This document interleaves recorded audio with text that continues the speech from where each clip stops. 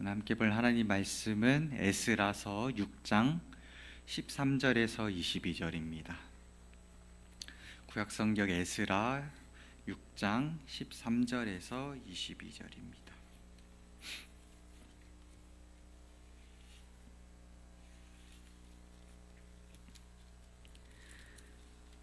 에스라 6장 13절에서 22절을 교독하도록 하겠습니다. 다리오 왕의 조서가 내림에 유브라데 강 건너편 총독 닷드네와 스달보스네와 그들의 동관들이 신속히 준행하니라. 유다 사람 외의 장로들이 선지자 학개와 이도의 손자 스가랴의 권면을 따랐으므로 성전 건축하는 일이 형통한지라.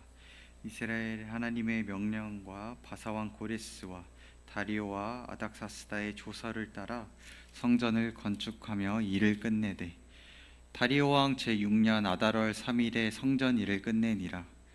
이스라엘 자손과 제사장들과 레위 사람들과 기타 사로잡혔던 자의 자손이 즐거이 하나님의 성전 봉헌식을 행하니 하나님의 성전 봉헌식을 행할 때에 수소 100마리와 순양 200마리와 어린 양 400마리를 드리고 또 이스라엘 지파의 수를 따라 수점소 12마리로 이스라엘 전체를 위하여 속죄제를 드리고 제사장을 그 분반대로 레위 사람을 그 순차대로 세워 예루살렘에서 하나님을 섬기게 하되 모세의 책에 기록된 대로 하게 하니라.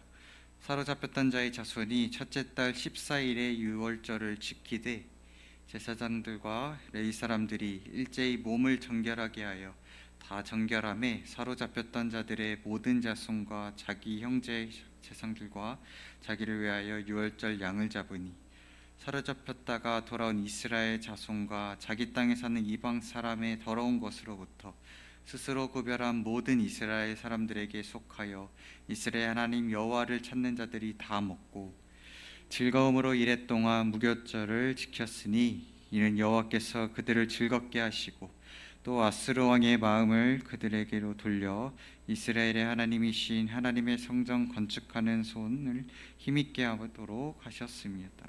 아멘.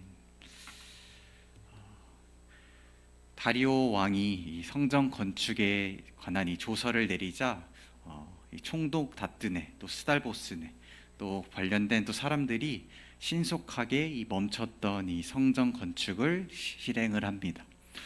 유다 사람들의 장로가 또 학개와 이 스가랴의 권면을 따라서 성전 건축을 또 행하자 형통하게 되었다. 모든 일이 형통하게 진행되었다라고 기록되어 있습니다.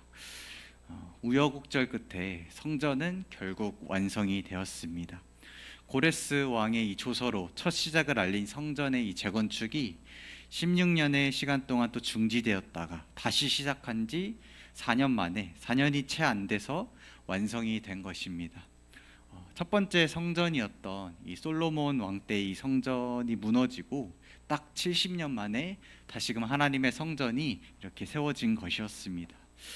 결과적으로 이 성전이 다시 지어지긴 했지만 이렇게 우여곡절 끝에 중간에 잠시 이 정체되는 멈춤의 시간이 걸린 것을 우리가 보고 뭔가 사람이 보기에는 언뜻 되게 쉽고 또 빨라 보이는 일도 하나님이 작정하지 않으시면은 한 발자국도 진행될 수 없는 일임을 이 성전 건축, 재건축의 이 과정을 통해서 알 수 있게 됩니다.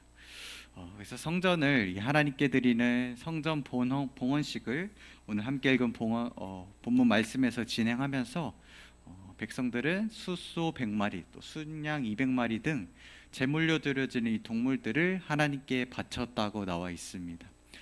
그래서 비록 이 숫자는 솔로몬 성전을 지을 때 그리고 나서 솔로몬 성전을 봉헌식할 때에 압도적으로 또 성대하게 치렀던 그런 제물의 숫자와는 비교도 안 될 정도로 적은 숫자였지만 그 숫자가 중요한 것이 아니라 이스라엘 백성이 다시 하나님의 성전에서 하나님을 예배할 수 있다는 그 사실이 중요한 본문입니다.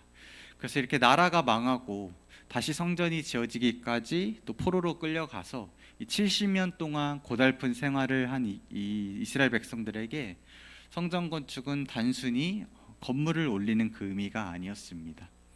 그들이 다시 하나님의 언약의 그 품 안에 있다는 것, 그리고 그들이 다시금 하나님 앞에 나와 제사를 드리고 예배를 할 수 있다는 그 언약의, 하나님의 신실하신 언약의 끈이 여전히 신실하시다는 것을 다시금 확인하게 되는 사건이었던 것입니다. 비록 이 과거의 솔로몬 성전보다는 그 크기도 작고 또 함께 모인 그 백성의 수도 적었지만 여전히 하나님의 언약 아래 있다는 것을 확인하게 되는 것입니다. 그래서 사람의 많고 적음이 아니라 다시금 그렇게 모여서 예배를 할 수 있다는 사실, 또 그 마음을 다해서 하나님을 또 예배할 수 있다는 사실을 하나님은 기쁘게 받으셨던 것입니다. 그래서 이 성전 건축의 처음과 끝에는, 그 과정의 처음과 끝에는 사람의 마음을 움직이신 하나님이 함께 하셨습니다. 에스라서 1장에서 살펴본 이 고레스 왕은 하나님께 감동을 받아서 조서를, 이스라엘 백성들이 다시금 고향으로 돌아가라는 조서를 쓰게 되었고, 오늘 6장 22절에서는 다리오 왕의 마음을 하나님이 돌이키게 하셔서 성전 건축으로 또 이끄시기까지의 모든 과정을 하나님이 함께 하셨다라고, 이렇게 처음과 끝을 모든 성전 재건축의 과정에 하나님이 처음과 끝을 함께 하셨다는 것입니다. 그래서 이 고향으로 돌아와서 성전 건축까지, 성전 건축을 또 완성한 이스라엘 백성은 즐거워하면서 이 성전 봉헌식을 또 즐기고 또 하나님을 찬양했다라고 나와 있습니다.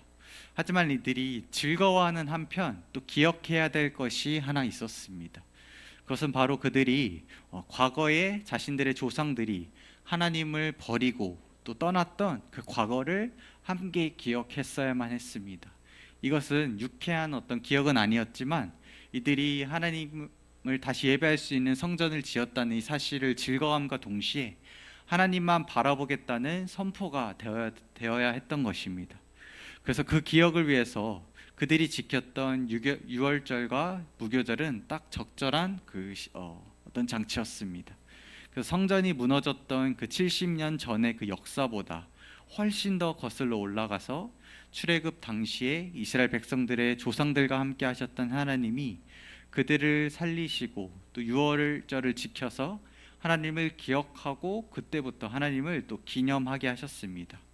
그리고 또 오랜 시간이 지나서 그들이 한번 나라가 멸망하고 또 포로로 이끌려가고 다시금 고향 땅으로 돌아와서 하나님의 성전을 다시 짓는 것은, 그것은 이스라엘 백성들이 예배 자리를 회복하게 되는 것이었습니다. 그래서 그 예배 자리를 계속해서 기쁨으로 하나님께 드리기 위해서는 자신들의 조상들이 하나님과의 관계에 있어서 충실하지 못했던 그 과거를 외면하고 잊어버리는 것이 아니라 계속해서 그 모습이, 과거의 자신들의 조상들의 모습이 자기들과도 같은, 자기들이 반복할 수도 있다라는 그런 생각을 가지고 그런 것을 겸허히 받아들이면서 하나님과의 관계를 저버리지 않는 것에 힘써야 됐었던 것입니다. 그래서 더 나아가서 그들의 모든 역사를 또 알고 있고, 그리고 그걸 읽고 또 배우는 오늘날을 살아가는 우리에게도 이 기록된 이 이스라엘의 역사가 그저 남의 나라의 역사가 아니라 정말로 하나님의 그런 백성의 맥락에서 우리도 그런 동일한 또 하나님의 그런 역사, 같은 역사의 아래 있음을 생각하면서 그 이스라엘 백성들의, 옛날의 이스라엘 백성들의 넘어짐과 연약함이 오늘날 우리의 연약함과 넘어짐이 될 수도 있다라는 것을 염두에 두면서 우리가 우리의 신앙을 하나님 앞에 고백하면서 나아가야 할 것입니다. 이것이 어떤 지나친 걱정과 염려의 차원이 아니라 우리가 하나님을 더 단단히, 하나님께 더 단단히 붙들려 있고자 하는 그 마음으로써 우리가 과거의 그런 넘어짐의 역사를, 이스라엘 백성들의 그런 넘어지고 연약함의 역사를 기억하고 또 우리가 또 마음속에 새겨야 한다는 것입니다. 그래서 그렇게 과거를 기억할 때 우리는 잊지 않고 생각을 하게 되고 또 우리의 정체성을 생각을 하게 됩니다. 하나님이 우리 삶에 허락하신 이 즐거움을 누림과 동시에 우리는 기억하고 또 하나님으로부터 언제든지 얼마든지 멀어질 수 있는 그런 연약한 우리의 모습을 항상 경계하고 살아가야 된다는 것을 오늘 말씀을 통해서 한번 생각을 해볼 수 있을 것 같습니다. 이스라엘 백성들은 가장 풍족할 때나 또 나라의 상황이 공격을 받아서 어려울 때나 그 어떤 때를 가리지 않고 하나님을 가장 많이 그리고 자주 버리고 멀리 했던 민족이었습니다. 그럼에도 너무나 신실하시고 그들을 너무나 사랑하시니 하나님은 그들을 버리지 않으시고 하나님을 예배하는 하나님의 백성이라는 이 타이틀을 버리지 않도록 하셨습니다. 땅에 떨어지지 않도록 하셨던 것입니다. 그래서 성전의 이 완성이 어떤 목표 달성으로 그 한 번의 그런 사건으로 끝나는 것이 아니라 이들이 다시금 하나님의 성전을 재건축하는 이런 발판을 또 기회를 삼아서 하나님을 온전히 예배하는 또 하나님의 백성의 삶을 온전히 살겠다는 그런 익숙하지만 또 새로운 시작의 첫걸음이 되는 것입니다.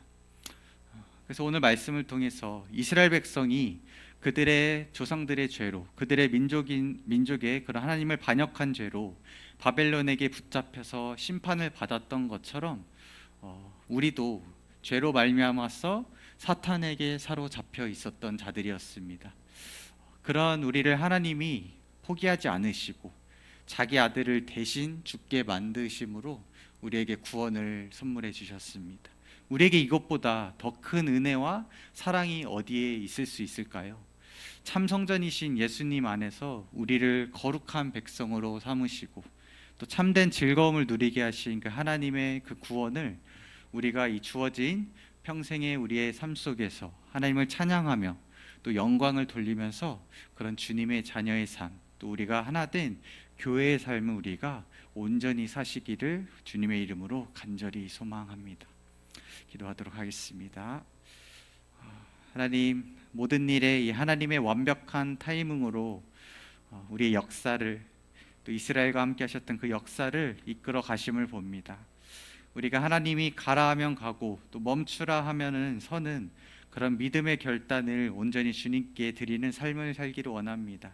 무너진 성전을 세우시고 또 예배를 회복시키신 하나님, 우리의 무너져 내린 이 삶의 자리를 친히 우리를 찾아오셔서 놀라운 그 계획하심 아래에서 우리를 이끄시고 또 하나님을 예배하는 삶을 살아가게 하심을 감사드립니다. 예수님 안에서 우리를 자녀 삼아 주신 그 은혜를 우리가 항상 기억하면서 감사와 찬양을 올려드리는 그런 복된 삶을 사는 우리 모두 될 수 있도록 하나님 붙들어 주시옵소서. 사랑이 많으신 예수님의 이름으로 기도드렸습니다. 아멘.